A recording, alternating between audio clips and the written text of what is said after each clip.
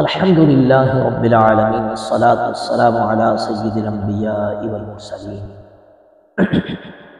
حاضرین محترم، اللہ رب العزت کے فضل و کرم، اس کی توفیق و احسان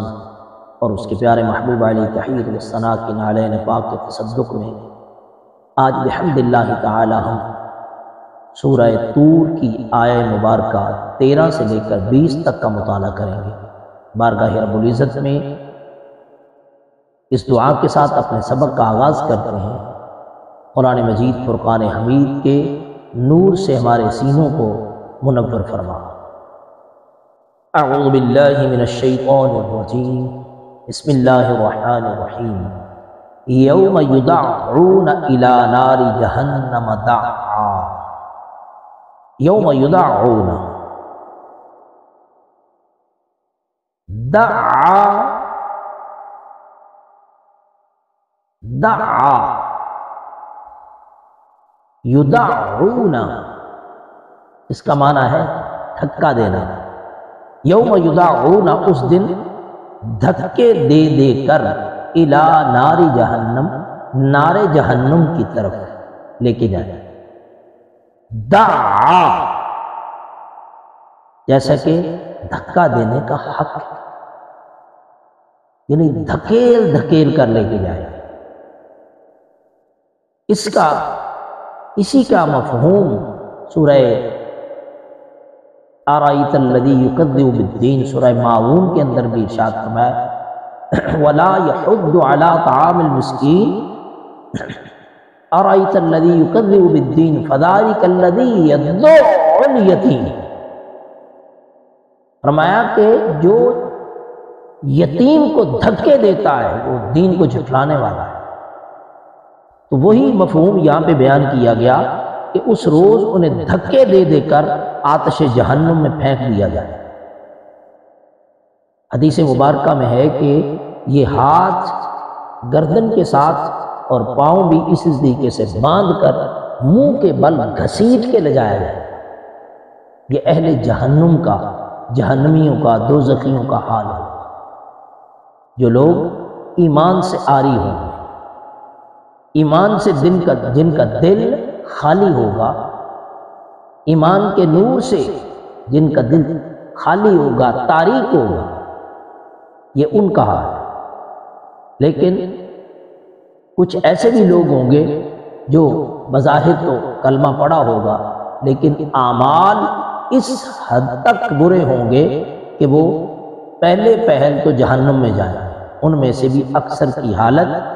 جہنم میں جانے والوں کی یہی ہوگی۔ اللہ رب العزت ہمیں جہنمیوں جیسے اعمال سے بچنے کی توفیق نصیب فرمائے۔ هذه النار التي كنتم بها تكذبون، جو لوگ مذاق اڑایا کرتے تھے، یہ کہا کرتے تھے کوئی جہنم نہیں ہے،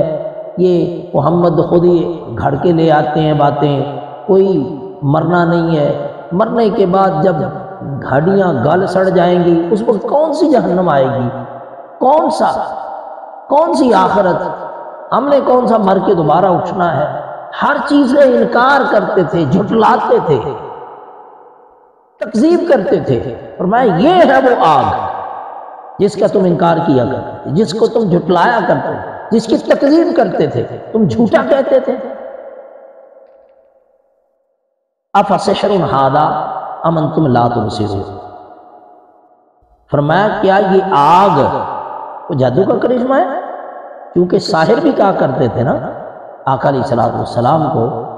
فرمایا کہ یہ جادو ہے، تمہاری آنکھوں پہ کوئی جادو ہو گیا ہے، تمہیں نظر کچھ نہیں آ رہا، یا تمہیں یہ نظر ہی نہیں آ رہا، یہ جادو نہیں ہے۔ غور کرو، یہ حقیقت حال ہے۔ آج تم اس جہنم کو اپنی آنکھوں سے دیکھ رہے ہو جس کا تم انکار کیا کرتے تھے۔ آج بھی بہت سے لوگ آپ کو ملیں گے جو کہتے ہیں یہ جہان ڈٹھا، اگلا کنے جہان ڈٹھا، اگلا جہان کس نے دیکھا ہے، یہ عیش کی زندگی بسر کرو، مزے اڑاؤ۔ یہ مولویوں نے ایسے ڈرا ڈرا کے قوم کو پاگل کیا ہوا ہے۔ بہت سے لوگ ایسے ملیں گے جو اس طرح کی باتیں کرتے ہیں۔ ایسے لوگوں کی صحبت سے دور رہنا چاہیے۔ کہ جو انسان کو بے عمل کر دیتے ہیں، بد عمل کر دیتے ہیں، اللہ اور اس کے رسول کا نافرمان کر دیتے ہیں، کلمہ پڑھنے کے باوجود بھی ایسے بہت سے لوگ ہیں جو کافرانہ گفتگو کر جاتے ہیں، اللہ اور اس کے رسول کی نافرمانی کی باتیں کر جاتے ہیں۔ تو فرمایا اس وقت تو انکار کیا کرتے تھے، اس وقت تو کہا کرتے تھے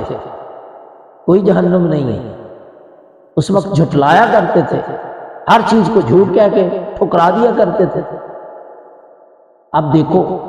تمہیں نظر آ رہی ہے جہنم؟ یہ حقیقت ہے، یہ کوئی جادو نہیں ہے، نہ کوئی خواب ہے، کوئی اس طرح کی بات نہیں ہے۔ اصلوہا فاصبروا، داخل ہو جاؤ، فاصبروا، بس تم صبر کرو، او لا تصبروا، یا نہ صبر کرو۔ تم چاہے تو اس پر وبیلا مچاؤ، چیخ و پکار کرو، اپنے دکھ درد کا اظہار کرو، یا چپ چاپ برداشت کرتے جاؤ اس جہنم کی آگ کو، دکھ کو، مصائب و آلام کو، جو اس جہنم کے اندر تمہیں اس آگ میں دھکیل دیا گیا ہے، اس آگ میں تم داخل ہو جاؤ۔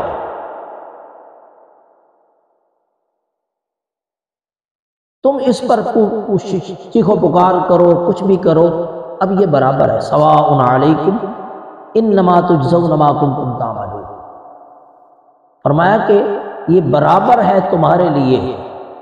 یہ کیوں ہے؟ تمہیں جہنم میں کیوں داخل کیا گیا؟ انما یہ فقط تجزون، تمہیں جزا دی گئی ہے، اسی کا بدلہ دیا جا رہا ہے جو تم کچھ کیا کرتے تھے، جو کچھ تم کیا کرتے تھے۔ ما کنتم تعملون، ما یہاں پہ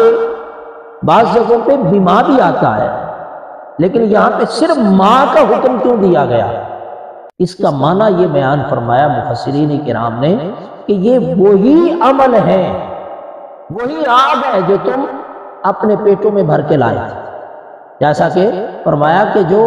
یتیم کا مال کھاتا ہے وہ اپنے پیٹ میں آگ بھرتا ہے، یہ وہی آگ ہے، یہ وہی عمل ہے جو تم کر کے آئے تھے، بظاہر میں خوبصورت۔ زُيِّنَ لِلنَّاسِ حُبُّ الشَّهَوَاتِ مِنَ النِّسَاءِ وَالْبَنِينَ وَالْقَنَاطِيرِ الْمُقَنطَرَةِ مِنَ الذَّهَبِ وَالْفِضَّةِ وَالْخَيْلِ الْمُسَوَّمَةِ وَالْأَنْعَامِ وَالْحَرْثِ۔ فرمایا شیطان نے مزین کر دیا تھا تمہیں، یہ خوبصورت اعمال لگتے تھے، عورتیں خوبصورت لگتی تھیں، بنین خوبصورت لگتے تھے، مال و دولت خوبصورت لگتا تھا، یہ سارا کچھ تمہیں دنیا کی جاؤ عشمت، یہ سب کچھ تمہیں خوبصورت لگتا تھا، تمہارے اعمال کو خوبصورت بنا دیا تھا۔ مال و دولت جو حرام طریقے سے ناجائز راستوں سے کماتے تھے، عیش و عشرت کے ساتھ کھا رہے تھے، اپنی اولادوں میں، اپنے گھر بار میں، اہل و عیال میں بیٹھے ہوئے تم عیاشی کیا کرتے تھے، اس وقت تو تم بظاہر بہت اعلیٰ درجے کے پھل کھا رہے تھے، اعلیٰ درجے کے کھانے کھا رہے تھے، وہ حقیقت میں تم آگ اکٹھی کر رہے تھے، یہ وہی آگ ہے۔ انما تجزون ما کنتم تعملون۔ اب آگے قرآن مجید کی وہ آیات مبارکہ آ رہی ہیں، جیسا کہ قرآن کا ایک اسلوب ہے، اللہ رب العزت کی عادت مبارکہ ہے کہ جب وہ کافروں کا ذکر کرتا ہے، ان کے انجام کا ذکر کرتا ہے، تو ساتھ ہی اللہ رب العزت اپنے وہ بندے جو تقوی و طہارت کی زندگی بسر کرتے ہیں، متقین ہیں، ایمان والے ہیں، ان کا ذکر اور ساتھ ساتھ ان کے انجام کا ذکر۔ دنیا کا ذکر کرتا ہے تو آخرت کا ساتھ کرتا ہے، اچھائی کا ذکر کرتا ہے تو اچھائی برائی دونوں کا، نیکی اور بدی دونوں کا ذکر کر کے دونوں کے انجام کو بیان کر دیتا ہے۔ یہاں پہ بھی وہی اصول، وہی اسلوب بیان کیا جا رہا ہے۔ ان المتقین فی جنات و نعیم، بے شک متقین باغات میں ہوں گے، نعمتوں میں، عیش و عشرت میں ہوں گے، مزے میں ہوں گے، سکون میں ہوں گے، اطمینان میں ہوں گے۔ فاکہین بما آتاہم ربہم، گزشتہ صورت جو ہم زاریات پڑھ کے آئے ہیں وہاں پہ تھا آخذین بما آتاہم ربہم، جو کچھ وہ لے رہے ہوں گے۔ اب یہاں پہ فاکہین، کہ وہ فاکہین خوشی کے ساتھ قبول کر رہے ہیں، شاد و مسرور ان نعمتوں پر جو انہیں ان کے رب کی طرف سے دی ہوں گی، وہ شاد ہوں گے، خوش ہوں گے، مسرت میں ہوں گے، خوشیاں منا رہے ہوں گے اپنے مولا کی طرف سے، اپنے رب کی طرف سے دی ہوئی ان نعمتوں کا شکرانہ بھی ادا کر رہے ہوں، خوشی ادا کر رہے ہوں۔ وَوَقَاهُمْ رَبُّهُمْ عَذَابَ الْجَحِيمِ، اور ایک اور نعمت کیا ہے؟ جنت عطا کی۔ یہ قرآن کا اسلوب ہے، کبھی جنت کا ذکر پہلے فرماتا ہے اور جہنم سے بچنے کا ذکر بعد میں کر دیتا ہے۔ پہلے کبھی جہنم سے بچنے کا ذکر ہوتا ہے، پھر جنت کا ذکر ہوتا ہے۔ تو فرمایا وَوَقَاهُمْ، بچا لیا انہیں، ربهم، ان کے رب نے، عذاب الجحیم، جہنم کے عذاب سے۔ یہ اللہ کا بہت بڑا انعام ہے۔ اب یہاں پہ اشارہ کیا دیا جا رہا ہے کہ جب اللہ رب العزت کی طرف سے جنت کی نعمتیں نصیب ہوتی ہیں، اللہ رب العزت کی طرف سے انسان کو تقوی والی زندگی ملتی ہے، تو وہ توجہ کا مرکز و محور، خیالات کا مرکز و محور، انسان کا تصور اور خیال اپنے عمل کی طرف نہیں، عمل نہیں کرے، لیکن بھروسہ، توکل،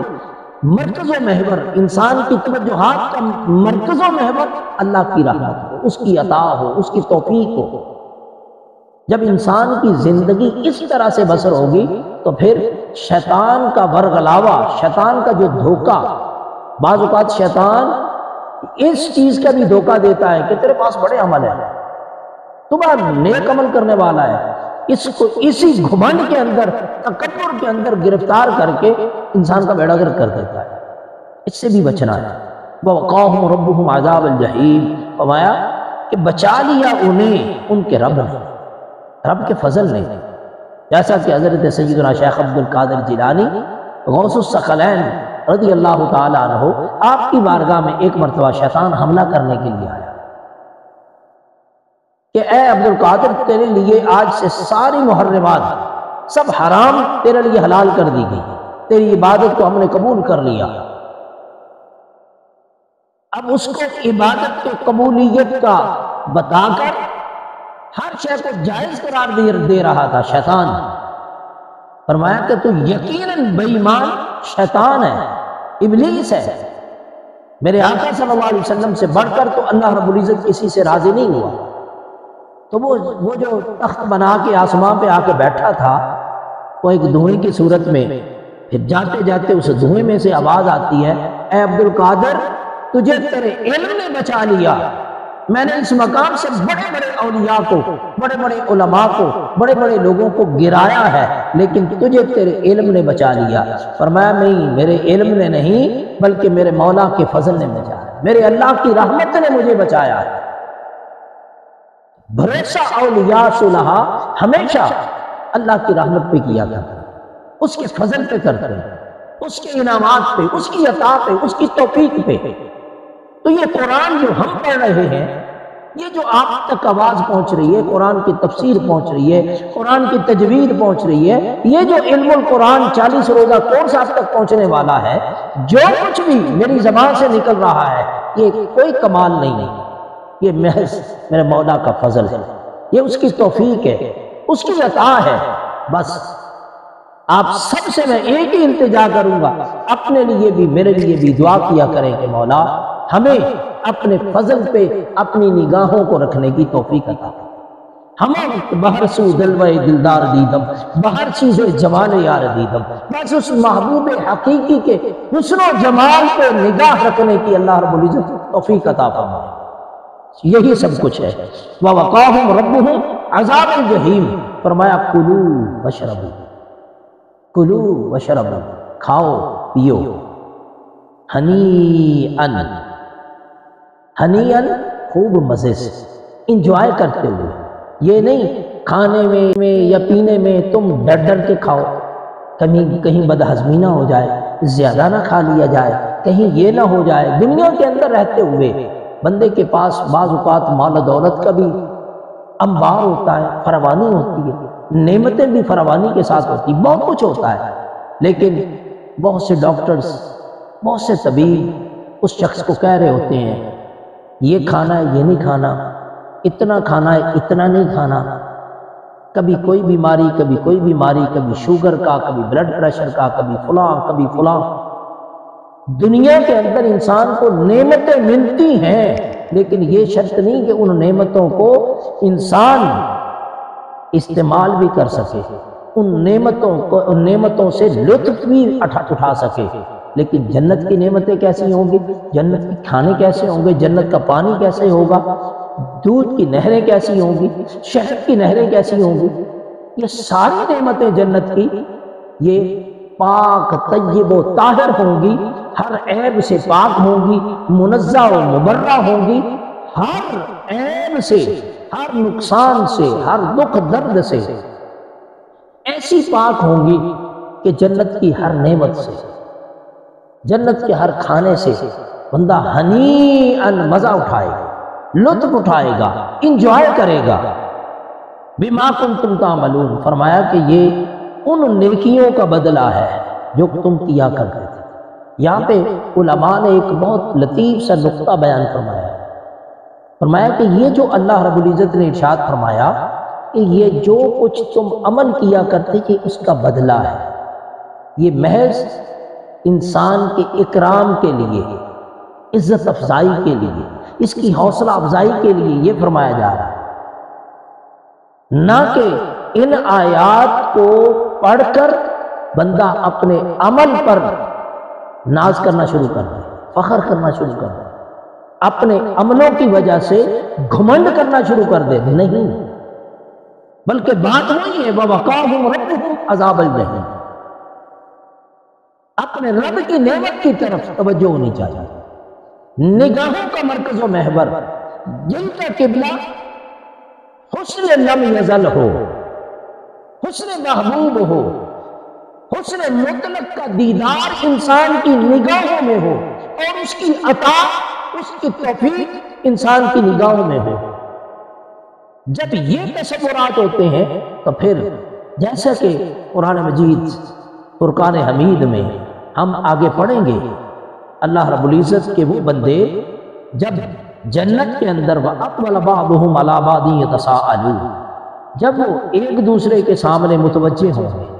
ایک دوسرے کے سامنے بیٹھے ہوئے ہوں گے، ایک دوسرے کے ساتھ میل ملاقات کریں گے جنت کے اندر، اور سوال پوچھیں گے، ایک دوسرے سے پوچھ رہے ہوں گے کیسے گزری،